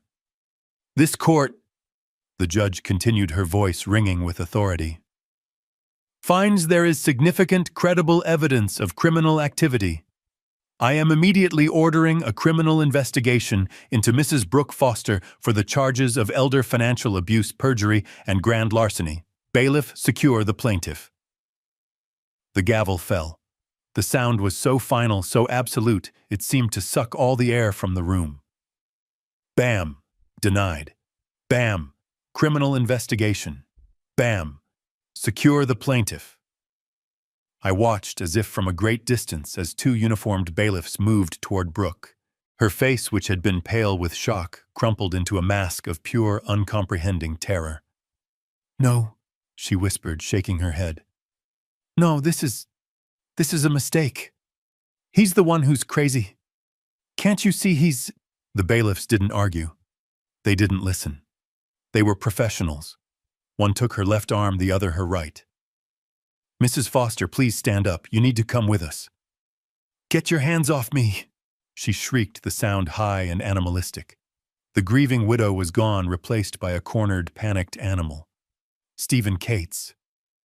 Do something. Tell them who I am." Cates just sat there staring at his expensive, empty notepad, his face the color of ash. He had been beaten. He had been humiliated. And he was done. "Mom!" Maya screamed from the gallery. She tried to run forward, but another bailiff blocked her path. "Mom! What's happening? It's his fault!" Brooke shrieked, twisting in the bailiff's grip, her manicured finger pointing directly at me. "It's all his fault, that old man. He planned this. He tricked all of you." The judge's voice cut through the chaos like a razor. "That is enough, Mrs. Foster. You are in contempt. Bailiff, remove her from my courtroom. Now." They pulled her back through the small wooden gate toward the door marked defendant holding. She was still screaming, still fighting. "You'll regret this, Gabe, do you hear me? You'll regret this. You'll never see Maya again. You'll die alone. The door swung shut, cutting off her words, and the courtroom was plunged into a profound, ringing silence. I let out a breath I felt like I had been holding for 2 weeks, for 5 years, for my entire life. Harrison put a hand on my shoulder. "It's over, Gabe." I looked at Maya. She was sobbing, collapsed on the gallery bench, utterly alone. I wanted to go to her, but my legs wouldn't move. I felt empty. The adrenaline that had carried me through the hunt, through the hearing, was gone. All that was left was the wreckage.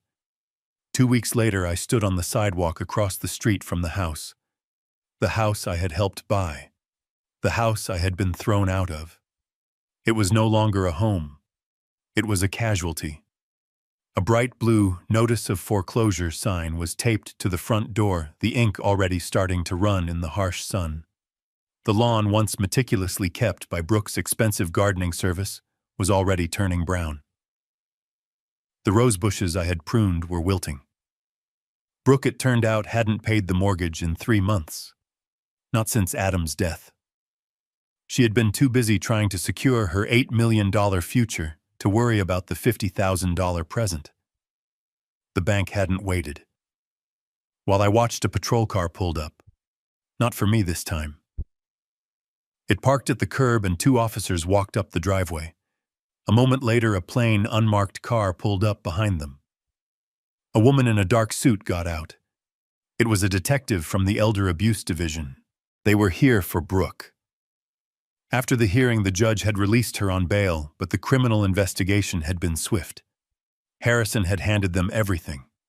The bank statements showing the $200,000 theft. The receipts from the credit cards in my name that Brooke had opened. I hadn't even known about that. She had racked up another $30,000 in debt, all tied to my Social Security number. I heard the front door of the house open. Brooke came out. She wasn't the picture of elegance from the courtroom. Her hair was a mess thrown into a sloppy bun. She was wearing sweatpants and one of Adam's old university sweatshirts.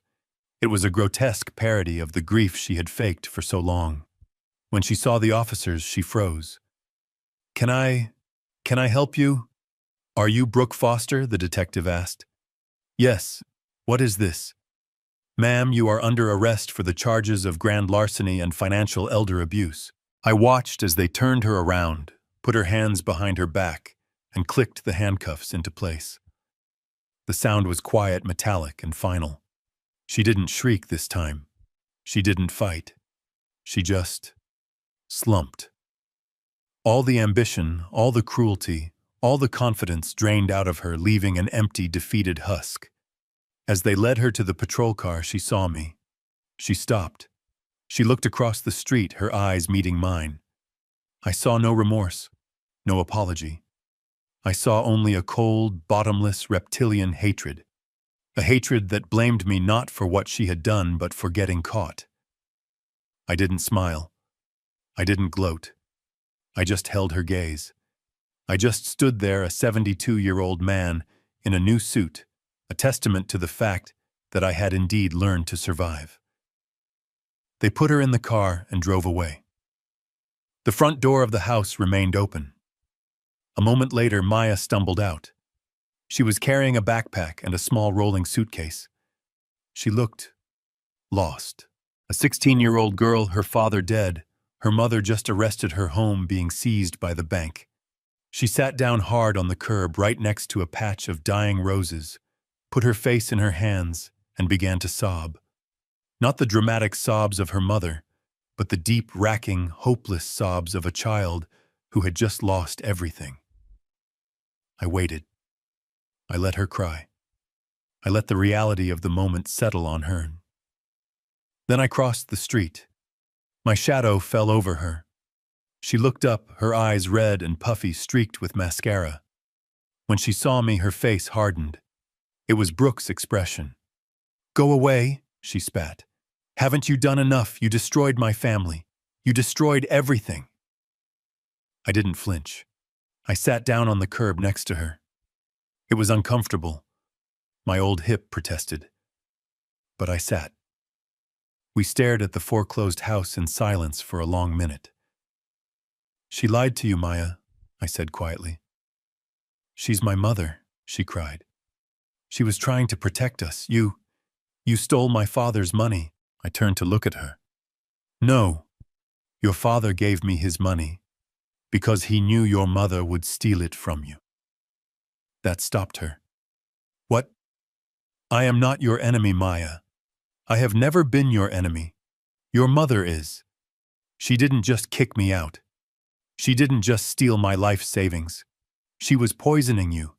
She was teaching you to be just like her, to value money over people, to see love as a transaction. You don't know her. I know," I said, my voice pained, "that she blocked your phone so I couldn't call you. I know she fed you a script of lies to try and manipulate me. I know that she was willing to let her daughter believe her own grandfather was a monster just to get her hands on a bank account. That is not love, Maya. That is possession." She was crying again, but this time the anger was gone. It was replaced by a terrible dawning confusion. "But what happens now? Where do I go? I have nowhere to go." I reached into my pocket. Not for a trash bag. I pulled out a fresh envelope. "Your father," I said, my voice thick. "Your father was a brilliant man, and he loved you more than you know. He knew this would happen. He knew your mother would fail you. So he made a plan for you too." She looked at the envelope, her eyes wide. What is it?" "It's a separate trust, Maya. An educational trust. Your mother never knew about it. It's in your name. It's enough money to go to any college you want, anywhere in the world. It's enough to give you a start. It was your father's real gift to you." Her hand trembled as she took it. "College," she whispered. "But it has a condition," I said gently. Her face fell.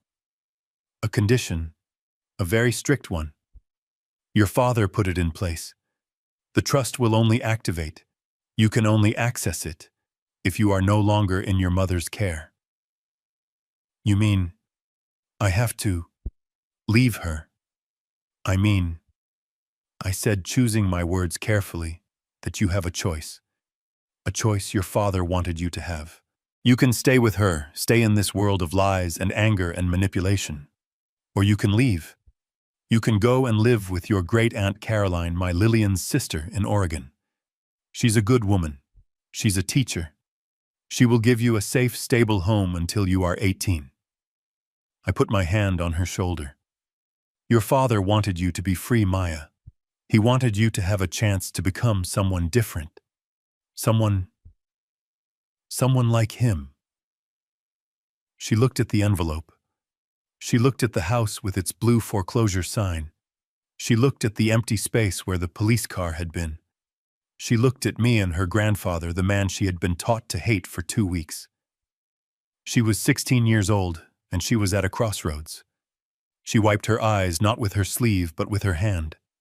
A small, adult gesture. "Aunt Caroline's," she whispered, her voice small but firm. The one with the farm." I nodded. "The one with the horses."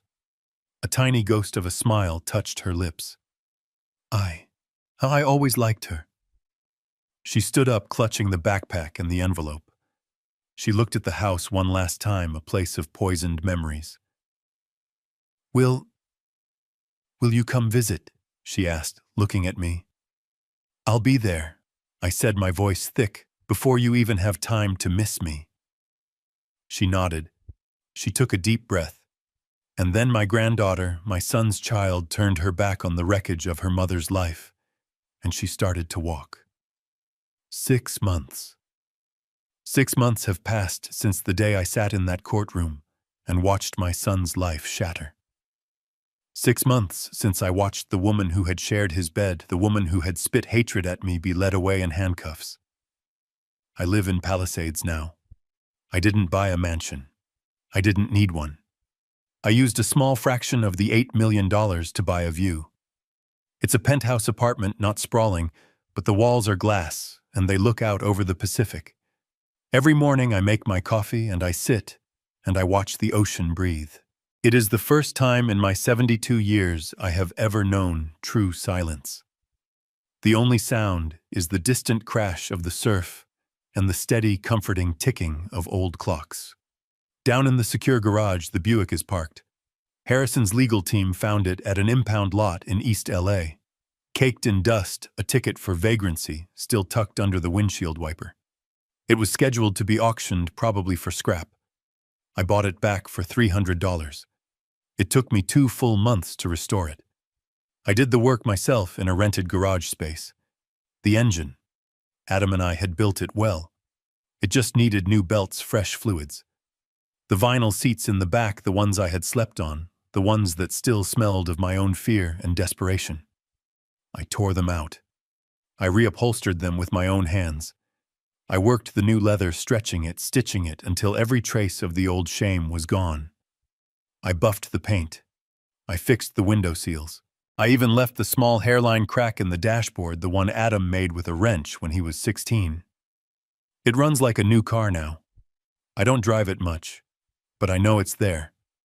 It's my reminder. A reminder of where I was and a monument to what my son and I built together. I have a new workshop now. It's just a corner of the sunroom, the part that gets the best light overlooking the ocean. I don't work on engines anymore. I work on clocks. I find them at junk shops, estate sales. Old, intricate mantle clocks, grandfather clocks. Mechanisms that are broken, forgotten, wound too tight. I like the patience of it. The tiny, intricate gears. The delicate springs. You can't force them. You have to listen to them. You have to understand how they broke before you can make them whole again. Right now, I am working on an old German clock from the 1940s. Its mainspring is snapped. Someone wound it too tight, forcing it, demanding more from it than it was built to give, just like Brooke. She wanted everything all at once. She didn't understand that you can't force life. You can't force love. You can't force an inheritance. You just end up breaking the entire mechanism. With my old steady mechanic's hands, I carefully set the new spring into place, easing it onto the gear. On my workbench next to the tiny brass screws are the photos. Lillian laughing, her hair blowing in the wind on the Palisades bluff. Adam, his face smeared with grease, beaming with pride next to the resurrected Buick. They are not ghosts anymore. They are companions. I hear the quiet chime of the elevator, then the soft click of the front door. Harrison lets himself in now. He's not just my lawyer anymore. After a battle like the one we fought, he's family. The only real family I have left. He walks onto the sun-drenched terrace. He's holding 2 mugs of coffee. He always brings coffee. "How's the patient, Gabe?" he asks. He doesn't nod at me. He nods at the clock. "She's stubborn," I say, my eyes focused, using a tiny pair of tweezers to set a gear. "But she'll tick again. She just needed someone to be patient with her." Harrison sets the mug down beside me. He leans on the railing, looking out at the endless blue of the Pacific. The silence between us is comfortable, easy. "I heard from Caroline in Oregon," Harrison says quietly, breaking the silence. I stop my work. I look up. "Maya, she's thriving." Harrison smiles. "Made the honor roll. She's even riding horses again. Her aunt says she's a different kid. She's asking about you. She wants to visit for Christmas." A warmth spreads through my chest, a feeling I thought had died with Adam. That's good," I manage to say, my throat thick. "That's real good." "And Brooke," Harrison continues, his voice hardening, "the trial is set. With her assets frozen, the public humiliation, and the federal charges for that wire fraud, she's facing a minimum of 10 years. She tried to offer testimony against you in exchange for a deal. They laughed her out of the room." I nod. I don't feel anger. I don't feel pity. I don't feel anything at all for her. She is a broken gear I have no interest in fixing. Harrison sips his coffee. He looks at me, really looks at me. He sees the new clean shirt I'm wearing. He sees the peace in my eyes. He sees the steadiness of my hands. So, he says, his voice soft. Are you okay, Gabe? Really, after all of this, are you okay? I put down my tweezers. I stand up, my hip barely aching today. I walk over and stand beside him. We look out at the water, at the vast, impossible expanse of it. Far below, down the coast, I can just make out the shape of the park. The bluff. The cypress tree. The bench. Lillian's bench. The place that held the final key. I think of Brooke's last words to me. The insult she hurled as a curse, as a death sentence, as she threw that trash bag at my feet. Pack your bags and learn to survive. I take a deep breath. The salt air is clean. It's free. I'm learning to survive, Mr. Harrison, I say. I turn to him, and for the first time in 5 years, I smile. A real smile. A smile that isn't haunted by grief or fear. A smile that reaches my eyes. Turns out, I'm pretty good at it.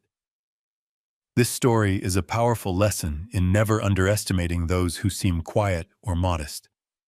It teaches us that true strength isn't measured by material possessions, but by silent resilience, integrity, and patience. Greed and betrayal, no matter how carefully planned, ultimately lead to self-destruction. The greatest mistake is to assume that kindness is weakness, or that a lifetime of dignity can be erased by a single act of cruelty.